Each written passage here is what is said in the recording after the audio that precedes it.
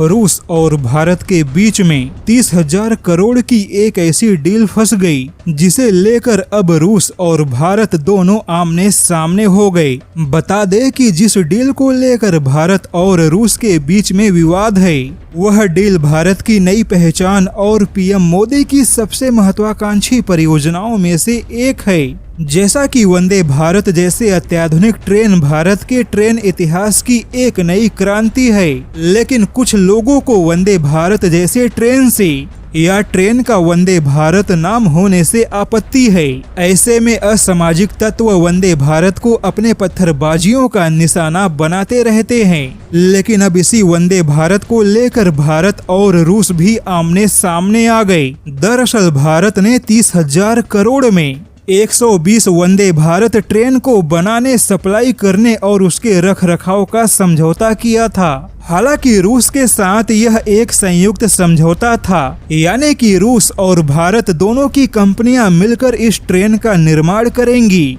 लेकिन अब इस ट्रेनों के निर्माण से जुड़े संयुक्त व्यापार में हिस्सेदारी को लेकर विवाद पैदा हो गया। दरअसल रूस के मेट्रो वैगन मैस और भारत के रेल विकास निगम लिमिटेड ने मिलकर 35 सालों के लिए 120 वंदे भारत ट्रेनों के निर्माण और उसके रखरखाव का कॉन्ट्रैक्ट हासिल किया था और उस समय रूस की कंपनी मेट्रो वैगन मैस के पास 80% हिस्सेदारी थी, जबकि भारत के रेल विकास निगम लिमिटेड के पास केवल 20% हिस्सेदारी बची। किंतु अब भारत इसमें अपने हिस्सेदारी को 69% बढ़ाना चाहता है, जिसे लेकर अब रूस और भारत के कंपनियों के बीच में टकराव की स्थिति पैदा हो गई। ऐसे में रूस ने भारत की सरकार को एक संदेश भेजा है, जिसके तहत रूस यह चाहता है कि भारत अपने सार्वजनिक क्षेत्र की कंपनी रेल विकास निगम लिमिटेड को पुराने समझौते पे टिके रहने का निर्देश दे। हालांकि अभी तक भारत की सरकार ने इस मुद्दे पर कोई भी फैसला नहीं सुनाया।